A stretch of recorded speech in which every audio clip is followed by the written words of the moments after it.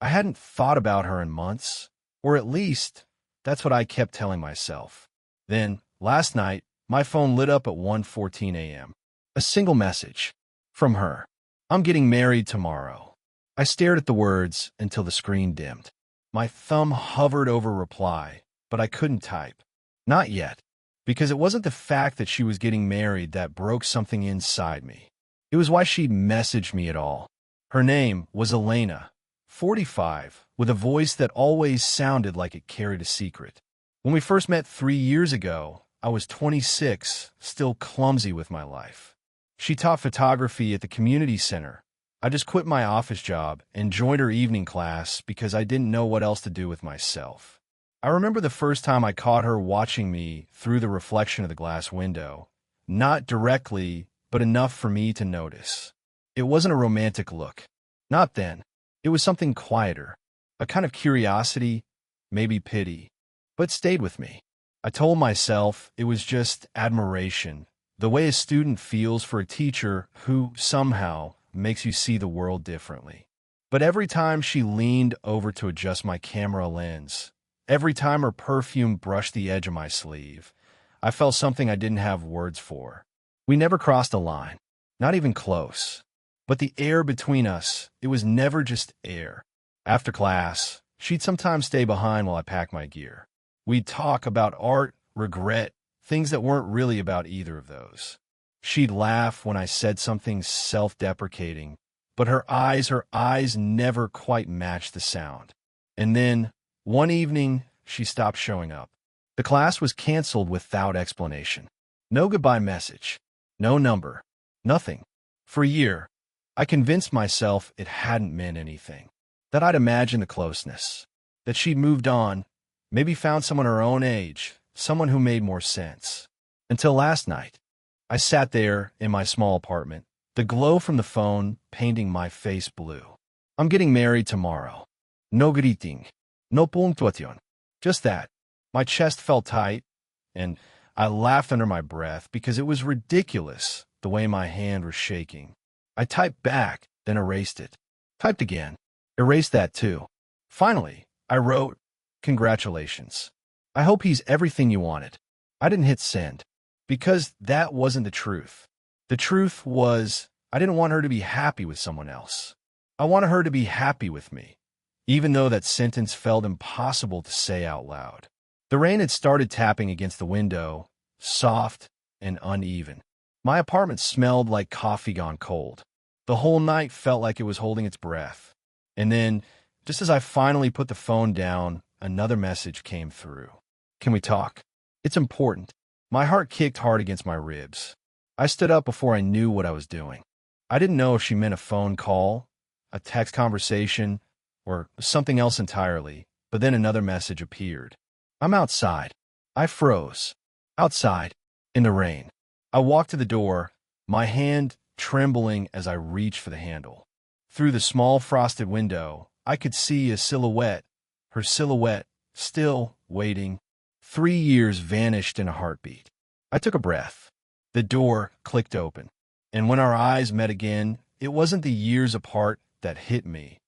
It was the way she was looking at me now. Like she'd never stopped. The rain had softened into a mist by the time I opened the door. Elena stood there, drenched, hair clinging to her cheek, a gray coat darkened by water. She didn't look like someone about to get married in a few hours. She just looked tired. "I shouldn't have come," she said, her voice low, almost drowned out by the rain. But she didn't move. I stepped aside anyway. "Then come in. Just for a minute." She hesitated, then crossed the threshold like it hurt to do it. The smell of rain followed her in. She rubbed her hands together, not looking at me. "You kept my number," I said quietly. "I kept a lot of things I shouldn't have," she answered. She sat on the couch, still dripping.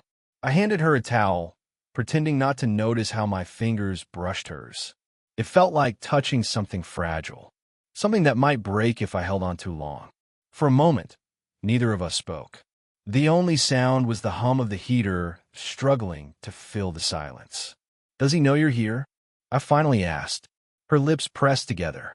"He doesn't even know I still think about you." That hit harder than I wanted it to. Elena, she looked up then, those same eyes that used to make me forget how young I was compared to her. Eyes that had seen more life, more endings. I shouldn't have said that, she whispered. But you did, I said. She gave a short laugh, bitter and soft.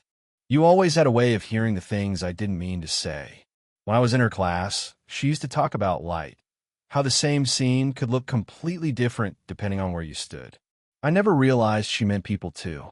Now, sitting across from her, I could see all the angles, the fine lines near her mouth, the exhaustion hiding beneath grace, the weight of doing the right thing for too long. Why him? I asked before I could stop myself. She smiled faintly, not offended, just sad. Because he's safe. Predictable. He doesn't ask me to remember who I used to be. And me? You remind me of her, she said, voice trembling. The woman I was before I stopped believing in second chances. Something shifted between us then.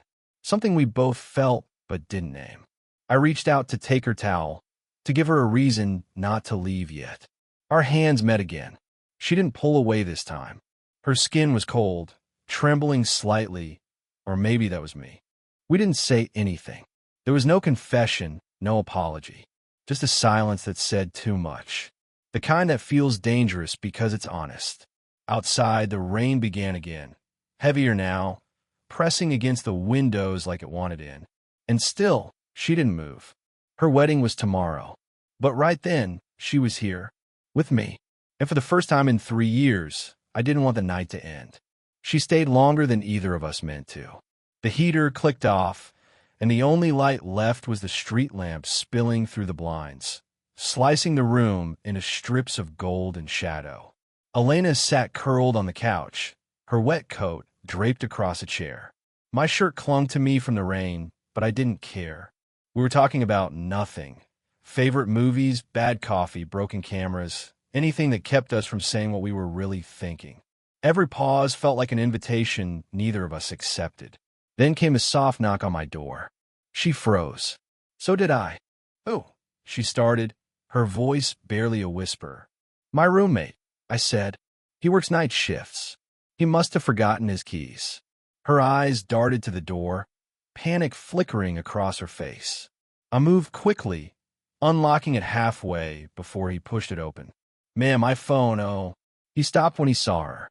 Elena stood up too fast, brushing at her hair, forcing a polite smile that didn't fit the moment. "Didn't know you had company," he said, glancing between us. Young guy, sharp enough to read a room. "Yeah, just a friend," I muttered. Elena added, "I was just leaving." But she didn't. Not yet. When he finally disappeared into his room, the air between us was different. Tight.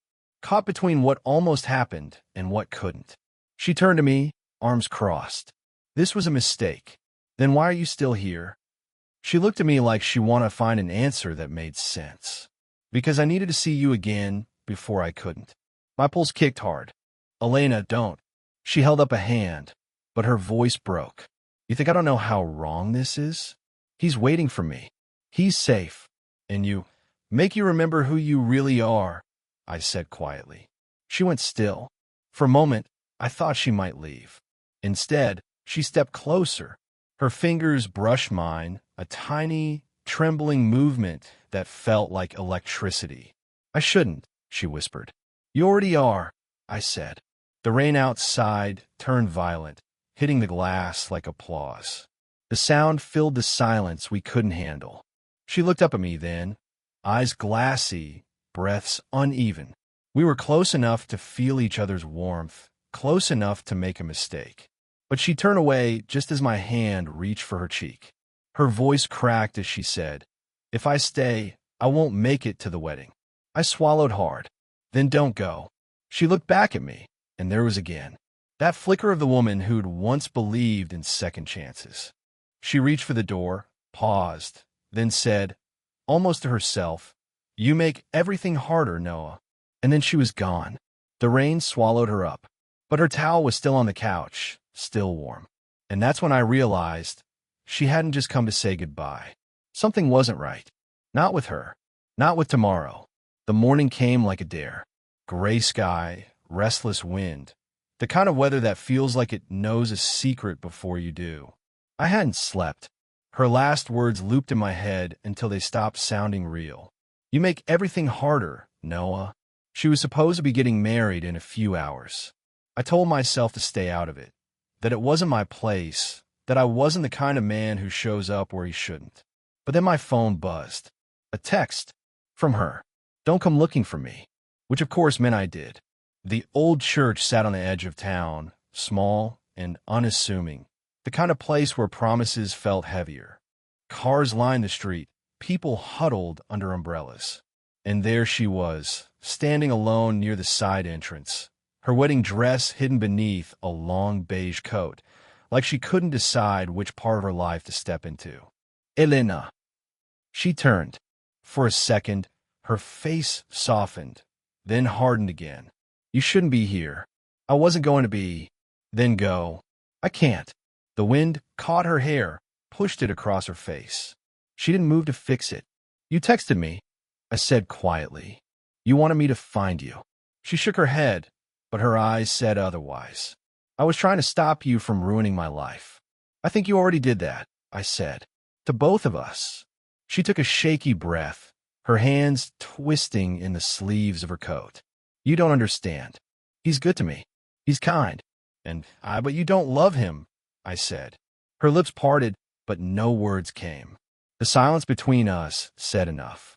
For a long moment, neither of us moved. Do you think this is easy for me? She whispered. You're young, Noah. You can afford to want impossible things. And you can't. Her eyes glistened. I can't afford to believe in them. A car horn blared somewhere down the street. Guests were arriving. She flinched at the sound. Elena, I stepped closer, lowering my voice. You don't have to go through with it. She laughed, a broken, desperate sound. And do what? Run away with you? Pretend the world won't notice. A man's voice called out, Elena. She froze. The groom. Her hand dropped. My breath caught. She turned toward him, tears catching in the corner of her eyes, then looked back at me once more. No words, just that look, the kind that says if you move, everything changes. And I did, just one step. For a long time, we just stood there, rain falling harder than before, thunder rolling like the world was trying to drown out the silence between us. I couldn't stop looking at her phone. That one glimpse. I'm in love with someone else. It looped through my mind like a heartbeat that refused to slow down. Elena, I said finally, voice tight. Who was that message for? Her eyes closed. She didn't answer right away. When she finally spoke, her voice was a whisper I almost didn't catch. My sister. The words hit harder than I expected. What? She's been in love with Mark for years, she said, trembling. I found out a week ago. She never told him. Never told anyone. I tried to make peace with it, to believe what I had with him was enough. But last night, I saw them talking, and something in me broke. She looked up then, rain streaking her face like tears. I wasn't messaging you to hurt you, Noah. I just didn't know where else to go. It felt like the ground shifted under us. So all of this, I started, but my voice cracked. You came to me because you were angry? Hurt. I came to you because I still care about you, she said quickly. Because part of me never stopped. That should have been enough. But it wasn't. You can't say that and still walk back to him, I said, stepping closer.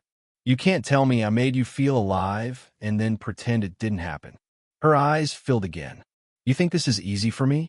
You think I don't want to? Then don't stop wanting to. The words came out louder than I meant. The echo of them hung in the wet air between us. She reached out, gripping my sleeve like she needed something to hold on to. You're too young to understand what it means to lose everything, she whispered. Maybe, I said, but I understand what it means to lose you. Her hand slipped from my arm, but she didn't move away. Her face was inches from mine, rain on her lashes, breath shallow. If I stay, she said, I destroy what's left of my life. If you leave, I whispered, you destroy what's left of mine. The thunder cracked above us, close enough to shake the ground. Neither of us flinched. She leaned forward just enough that I could feel the heat of her breath. You always make it impossible to do the right thing. Maybe the right thing stopped matching the moment you showed up at my door. For a heartbeat, neither of us moved. The rain, the cold, the chaos, all of it disappeared. There was only her, trembling, alive, torn between two versions of herself. Then she kissed me. Not soft, not gentle. A desperate, broken kind of kiss, the kind that comes too late and too soon at once. When she finally pulled back, she was crying. "I can't undo this," she said. "Then don't." She looked at me one last time and smiled. Not because she was happy, because she finally stopped pretending. Then she turned, walking into the rain, dress clinging to her skin, each step fading into the storm. I didn't follow. I didn't need to, because for the first time since I met her, I knew the truth. She wasn't running away anymore. She was choosing herself, and somehow that had to be enough. The storm lasted through the night. By morning, the city smelled like renewal. Wet asphalt, cold air, the faint sweetness of blooming trees pushing through the fog. I hadn't slept, not because I couldn't, but because I didn't want to forget a single thing. Her voice, her touch, the way she said my name like she was remembering it after a long time.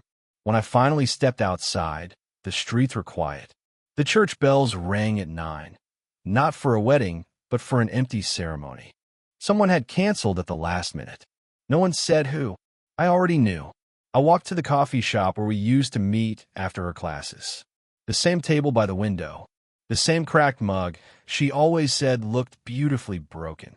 I ordered black coffee and sat there, watching people rush past, all of them chasing something that mattered, something they thought would last. When I looked up, she was there. Not in her wedding dress, not in the coat, just Elena, hair still damp from the rain, eyes softer now, lighter somehow. She slid into the seat across from me, without a word. For a long time, we just sat there, listening to the hum of the espresso machine and the faint rain outside. It wasn't awkward, just quiet. The kind of silence that comes after a storm when there's nothing left to hide. "You didn't get married," I said finally. She shook her head, smiling faintly. "No, I didn't." "Was it because of me?" Her gaze held mine. "It was because of me. You just reminded me I still had a choice." I nodded, unsure whether to feel relieved or devastated. "And now?" She looked out the window.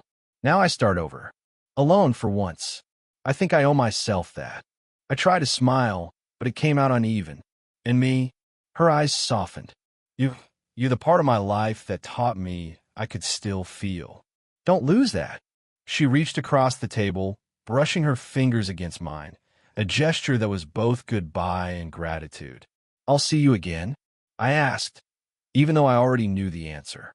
"Maybe," she said, "but if not, remember me like this, not the woman running away, but the one who finally stopped."